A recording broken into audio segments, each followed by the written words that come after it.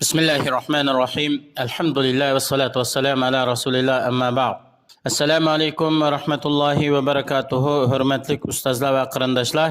Hammalarga Allohning rahmat salomlari bo'lsin. Alloh subhanahu va taolo har birimizni har joyda xotirjam salomat qilsin. Bugungi tavhid darsimiz, ya'ni tavhid kalimasining fazilati to'g'risidagi 3-dars. Bu tavhid kalimasi bo'lsa, ajr savobi hassilab ziyoda bo'ladigan amallarning biri hisoblanadi. Bu to'g'rida Payg'ambarimiz sollallohu alayhi va sallam o'zining muborak hadislarida shunday aytgan: "Man qala la ilaha illalloh vahdahu la sharika lahu lahul mulk va lahul hamd va huwa ala kulli shay'in qadir fi yawmin mi'ata marratin kanat lahu adla 10 riqabin va kutibat lahu 100 hasanatin va muhiyat anhu 100 sayyi'ah va kanat lahu hirzan min ash-shaytani yawmahu dhalika hatta yumsiya va lam ya'ti ahadun afdala mimma ja'a bihi illa ahadun amila akthara min zalik." Yani her qanday bir adam bir kunda 100 qitim la ilaha illalloh vahdahu la sharika lah, Allah'tan başka ibadetke layık hiç ma'budu berhaq yok, Allah yekkidir, Allah'ın hiç şeriki yok, bütün mülkiyet, padişahlık Allah xasdır, barlıq güzel mediye, hamd sanalar Allah xasdır, Allah hemme nesige qadir degan bu sözni 100 qitim dese bu adam için 10 kul azat qilganning ajr savobi bo'ladi. 100 yaxshilik yeziladi, 100 xatolik o'chiriladi. Bu odam uchun shu kuni kech qilganga qadar shaytonning hiyla-makr fitna fasadlardan bir saqlanchi bo'ladi. Bu odamdimi, ya'ni ko'p amal qilgan bir odam bo'lmaydi. Faqat agar bu odamdimi ko'p degan bo'lsa tavhid kalimasini, u vaqtida bu odamning ajr savobi ziyod bo'ladi. Ya'ni Imom Muslim bayon qilgan sahih hadisda من قال لا إله إلا الله وحده لا شريك له له الملك وله الحمد وهو على كل شيء قدير 10 مرار كان كمن أعتق 4 أنفس من ولد إسماعيل رواه مسلم. يعني her qandaq bir adam Allah'tan başka ibadetke layık hiç ma'budu haq yok. Allah yalğızdır. Allah'ın hiç qandaq şeriki yok. Barlıq padişahlık, mülkiyet Allah xasdır ve barlıq güzel mediye hem sanalar Allah xasdır. Allah hem nazik qadirdir degan bu sözni 10 qitim dese bu adam için İsmail aleyhisselamның avladıdan 4 kishini azat qilganning ajr savob bo'ladi. Shuningdek hamda bu la ilaha illallohdan iborat tavhid kalimasi inson mol sarf qilmasdan qiladigan eng ulug' katta sadaqaning qatoridan. Bu to'g'rida Payg'ambarimiz sollallohu alayhi va sallam shunday aytgan: "Va kullu tahlilatin sadaqa." Ya'ni har qanday la ilaha illalloh degan so'zning o'zi sadaqa degan. Shuningdek bu tavhid kalimasi La ilahe illalloh degan bu söz qabrda banda uchun nijotlik bo'ladigan söz. Va shundaqla qabrda savol so'roq uchirgan vaqtida shu mustahkam turadigan so'zmi tavhid kalimasidan iborat. Bu to'g'rida Payg'ambarimiz sollallohu alayhi va sallam aytadi: "Al-muslimu iza su'ila fil qabri yashhadu an la ilaha illalloh va anna Muhammadan rasululloh, fazalika qawluhu yuthabbitullohu allazina amanu bil qawli thabit fil hayatid dunya va fil akhirah." Peygamberimiz sallallahu aleyhi ve sellem aytadi, musulmon kishi qabri qo'yilgan vaqtida savol qilinadi. Savol qilingan vaqtida ashhadu an la ilaha illalloh va anna Muhammadan rasululloh deb javob bergan kishi utuq qozonadi. Bu Alloh subhanahu va taolaning Qur'oni Karimdagi Alloh subhanahu va taolo iymon etgan, ya'ni o'ziga ishongan, o'zining payg'ambariga ergashgan kishilarni hayoti dunyodami, ya'ni sakratul mavtmi, oxiratdami, ya'ni qabrga kirgandimi, la ilaha illallohdan iborat tavhid kalimasining ustida mustahkam qiladi. Shuningdek Allohning fazli, Allah'ınki rahmeti bilen bu tavhid kelimesi günah ma'siyatlar yezilgan barliq putuklardan ig'ir keladi. Bu to'g'rida Payg'ambarimiz sallallohu alayhi va sallam aytgan: "Innalloha azza va jalla yastakhlisu rajulan min ummati ala ru'usil khalaiq yawmal qiyamah fayanshuru alayhi 99 sijilla kullu sijillin muddal basar fatukhraju lahu bitaqatun fiha ashhadu an la ilaha illalloh va anna Muhammadan abduhu va rasuluh fatuza'u sijillatu fi kaffatin fatashatu sijillat va thaqulatil bitaqa." Yani Allah subhanahu va taolo mening ummatimda bo'lgan bir odamni qiyomat kuni xaloyiqlarning orasidan ayirib chiqaradi. Bu odamning oldiga 99 dona dosya yoki bu odamning oldiga 99 u odamning butun amallari yozilgan arxiv tashlanadi.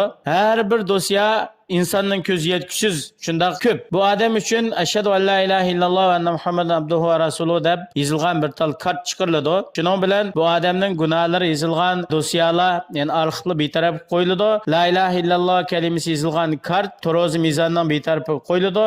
Shuning bilan la ilaha illalloh va anna muhammadan abduhu va rasuluhu degan bu kart hammadan ig'ir keladi. Yana bir hadisda 7 qat osmon, 7 qat zamin Tarozi mizonning betarafida qo'yilsa, la ilaha illalloh degan tavhid kalimasi yana bir tarafda qo'yilsa, bu la ilaha illalloh degan so'z 7 qat osmon, 7 qat zamindimi ig'ir, ya'ni buning vazni buningdan ig'ir keladi. Agar 7 qat osmon, 7 qat zamin bir to'shqisiz halqa bo'lsa, la ilaha illalloh buni ichib o'tadi.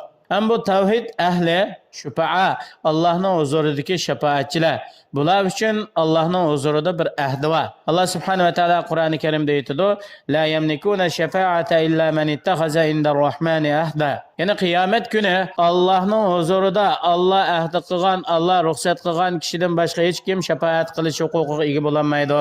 Shuningdek, Payg'ambarimiz sallallohu alayhi va sallamning shafaati bilan eng baxtli bo'ladigan kishilar qaysi desa, o'zininki la ilaha illalloh degan so'zda rostchil, samimiy bo'lgan kishilar. Payg'ambarimiz sallallohu alayhi va sallam aytadi: "Asadun nasi bi shafaati yawmal qiyama man qala la ilaha illalloh xolisan min qibali nafsihi." Ya'ni qiyomat kuni mening shafaatim bilan insonlarning eng baxtli bo'ldig'ini chin qalbidan ixlos bilan la ilaha illalloh degan kishi eng baxtli kishi degan. Shuningdek, hamda jannat bo'lsa, bu tavhid kalimasini samimiylik bilan, rostchilik bilan chin qalbidan degan odamninki, ya'ni shak qilmasdan ishonch bilan degan odamninki mukofoti jannatdan iborat. Va yana shu kalimaninki taqozzosiga amal qilgan bo'lsa va bu kalimani buzadigan har qanday ishni yiroq turgan bo'lsa, buning oxirgi mukofoti jannatdan iborat bo'ladi. Payg'ambar alayhisalom aytgan, har qanday bir banda la ilaha illalloh deb shu tavhid kalimasining ustida vafot bo'lsa, ya'ni hayotini tavhid kalimasi bilan o'tkazib, oxirgi mamotini tavhid bilan bo'lgan bo'lsa, bu odam jannatga kirdi. Yani bu la ilahe illallah Muhammedun Resulullah deb shahadat kelimasini aytgan odam uchun 8 jannatning eshiklari ochiladi.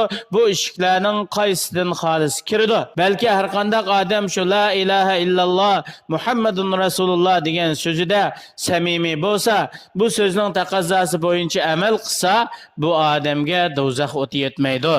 Peygamber aleyhisselam aytgan: "Ma min ahadin yashhadu an la ilaha illalloh va anna Muhammadan Rasulullah sidqan min qalbihi illa harramahullohu alan-nar." Yani har qanday bir odam Allohdan boshqa ibodatga loyiq hech ma'bud haq yo'q, Muhammad aleyhisselam Allohning elchisi deb chin qalbidan samimiylik bilan shahodat aytadigan, guvohlik beradigan, Allah subhanahu va taolo bu odamga do'zaxni harom qiladi. Yani bu odam do'zaxda azoblanmaydi.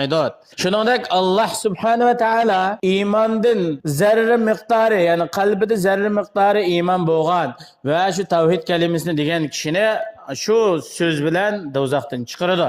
Bu to'g'rida Allah subhanahu va taolo aytadi: "Va izzati va jalali va kibriyai va azamati la ukhrijanna minha man qala la ilaha illalloh."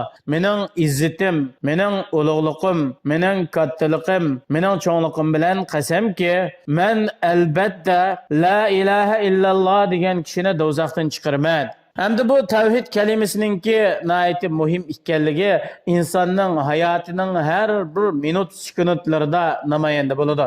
Shunga islom shariati kishilarni o'zining barliq ahvol, barliq ishlarida tavhid kalimasini lozim tutishga rag'batlantirgan. Hadis sharifda bor: "Man qala iza asbaha la ilaha illalloh wahdahu la sharika lahu lahul mulku wa lahul hamd wa huwa ala kulli shay'in qadir kana lahu adlu raqabati min waladi Ismoil." Har qanday odam aytganda la ilaha illalloh wahdahu la sharika lahu lahul mulku wa lahul hamd wa huwa ala kulli shay'in qadir degan bu tavhid kalimasini esa bu odam uchun İsmoil alayhisalomning bolalaridan bo'lgan bir qulni ozod qilganning barobarida ajr savob bo'ladi. Bu odam uchun 10 yaxshilik yoziladi, 10 xatolik o'chiriladi, 10 daraja ko'tariladi. Bu odam kechqurgacha shaytonning fitna fasod vasvasalaridan saqlanadi. Agar kechgacha desa, tongotgacha shuning o'xshash savob bo'ladi. Shuningdek, har qanday odam tahoratni olib bo'lgandan keyin bu so'zni desa, bu odam uchun 8 jannatning eshiklari ochiladi. Payg'ambar alayhisalom aytgan, sizlardan bir odam tahoratni komil ilib, undan keyin Allohdan boshqa ibodatga loyiq hech bir haqiqiy ma'bud yo'q, Muhammad alayhisalom Allohning bandasi va elchisi degan so'zni desa, bu odam uchun 8 jannatning eshiklari ochiladi. Allah subhanahu wa ta'ala her birimizni hayotimizning boshlanishi va oxirlanishi va butun hayotimizni tavhid kalimasining taqozosi bo'yicha o'tkazadigan, shuningga amal qilib Allohga uchrashadigan haqiqiy muvahhidlarning qatoridan qilsin. Vassalomu alaykum va rahmatullohi va barakatuh.